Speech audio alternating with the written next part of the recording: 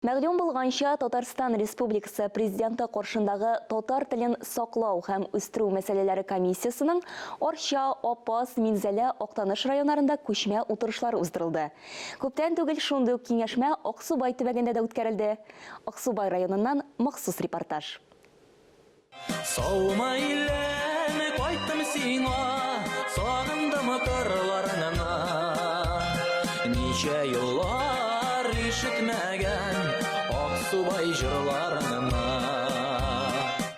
Ерак дәверләрдән үк Аксубай җирлеге биредә яшәүче татар, чуаш һәм рус халыкларының уртак кеше ватанына әверелә.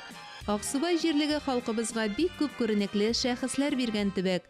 Шуңа да эшлекле очрашуның Иске Кәрмәт авылында Хәсән Туфан музей йортыннан башлануы табигый. Өстәвенә Хәсән аганың тууына 9 декабрьдә 120 ел.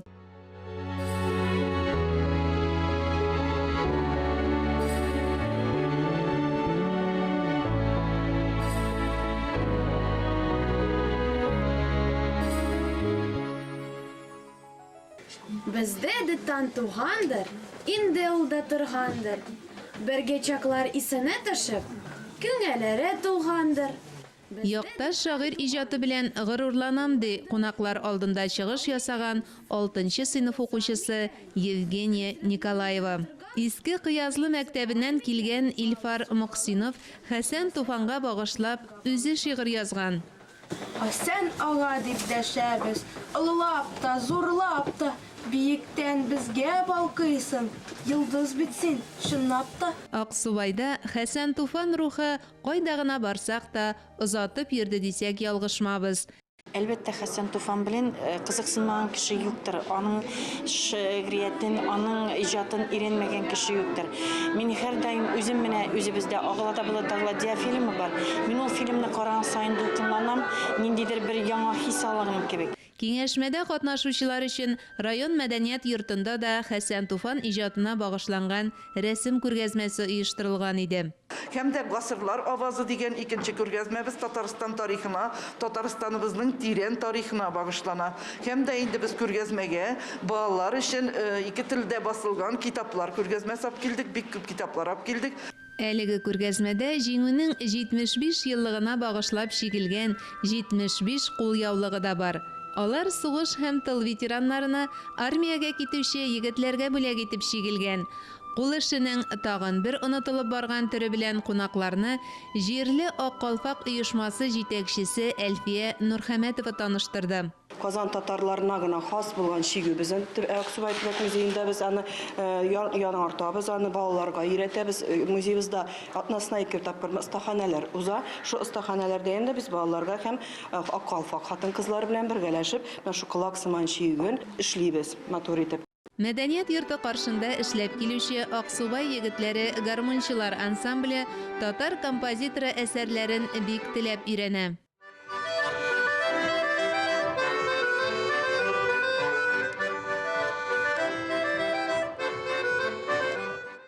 Семен Крайнов белән Глеб Мясников кунакларга алчәҗәк киен уйнады.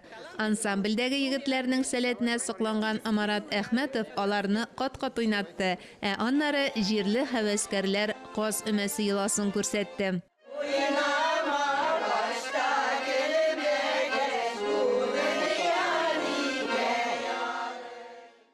Чуаш халык иҗатына багышланган күргәзмәдә туй йоласы белән таныштык. Исемсез, хуш килдегез, рәхим итегез.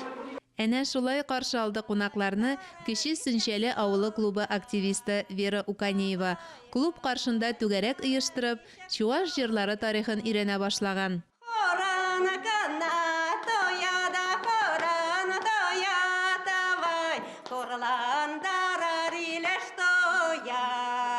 Әлбәттә, бала ана телендә сөйләшергә музейда яисә мәдәният йортында өйрәнә башламый. Тел кечкенәдән гаиләдә ачыла. Аннан балалар бакчасы. Аксубайда әлегә саф татар телендә төркемнәр булдырылган балалар бакчалары юк. Кояшкай дип аталган әлеге бакчада да аралашу нигездә рус телендә. Мәсәлән, биредә рус һәм татардан тыш 41 чуаш баласы тәрбияләнә. Шуңа да чуаш телендә төркем ачылмавы Марат Әхмәтовны гаҗәпкә калдырды. Бу мәсьәлә буенча әти-әниләр белән сөйләшеп, чуаш балалары өчен төркем оештырырга тәкъдим итте. Bir Şuvaş gruppası kиләчәктә. Киңәшмәдә катнашучылар эшлекле сәфәр кысаларында 3нче мәктәп һәм техникумда милли тәрбия эшенең куелышы белән дә танышты. 3нче мәктәпнең сәләт оешмасы эше югары бәяләнде. Җитәкчесе Рушания Моратшинага рәхмәт хаты тапшырылды. Балалар сәләт клубына яратып йөриләр. Милләткә карамастан татарлары, руслары, чуашлары бу татар телле мөхит алар үз теләкләре белән татар телен өйрәнәләр, татар телендә чыгышлар ясыйлар, татарча КВН уйныйлар, төрле бәйгеләрдә катнашалар. Шулай ук Татар майнасы мәктәбе тәҗрибәсе дә аерым билгеләп үтелде. Хәзерге көндә мәктәптә менә шул татар мөхите булдыру, аны саклау буенча бөтен юнәлештә эшләр бар. Безнең мәктәпнең үзенең газетасы бар. Бик актив соңгы бер 3 елда инде бик югары уңышларга ирештек, милли көрәш буенча түгәрәк эшли. Егетләребез менә бу зонада алар беренче тоталар. Менә бу бит шулай милли юнәлеш. Тел мөхите саклана, Аллаһка шөкер. Татарстанда милли мәктәпләрне заманча җиһазлау бурычы тора.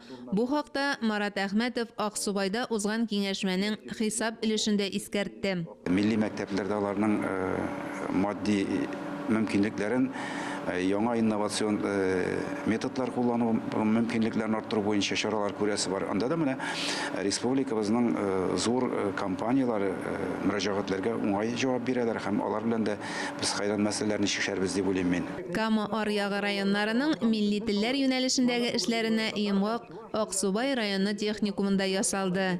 Марат Әхмәтов Мәгариф һәм фән министрлыгы исәпләгән статистик мәгълүматларга нигезләнеп, һәр районда милли тәрбия бирүнең торышы белән таныштырды.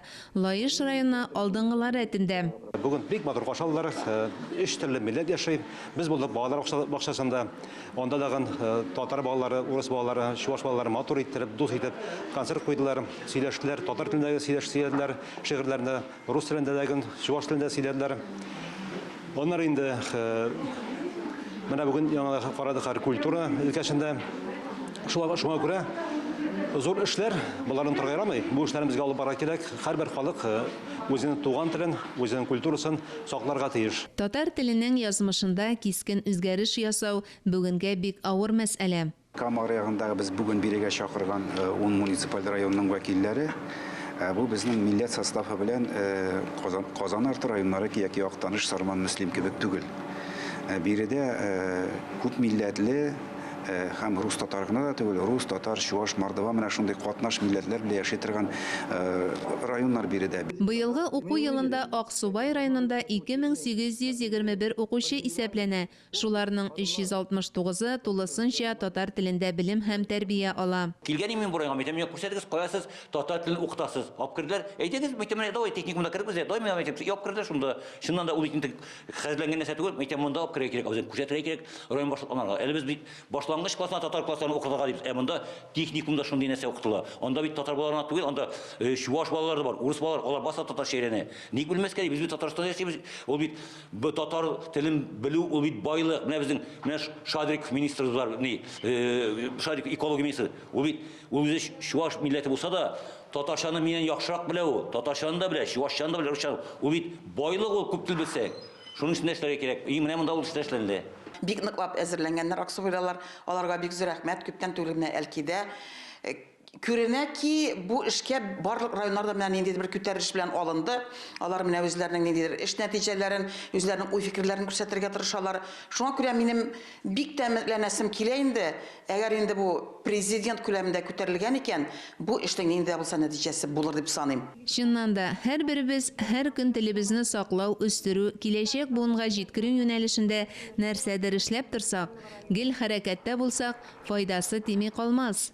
Biz инде менә мәктәпләребезне үзебезнең карап чыктык, шул чиракта гынадык. Без тулысынча эшләмибез икән.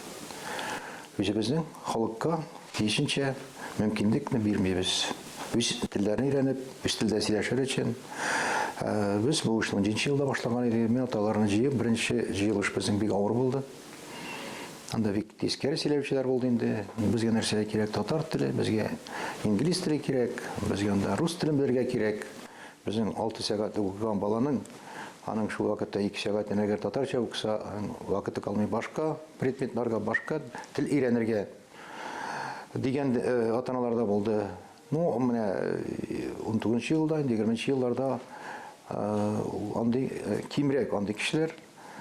Шуннардан чыгып без мәктәпләрдә менә 2 елдан инде татар класслары булдырмакчы булабыз. Аксубайда уздырылган күчмә утырыш нәтиҗәләре бүгенге шартларны исәпкә алганда өмет уятырлык. Куйган максатларга ирешү өчен вакыт кирәклеге бәхәссез. Мөршидә Җиһан, Ирек Хәмидуллин, Аксубай районыннан махсус Татарстан яңалыклары өчен.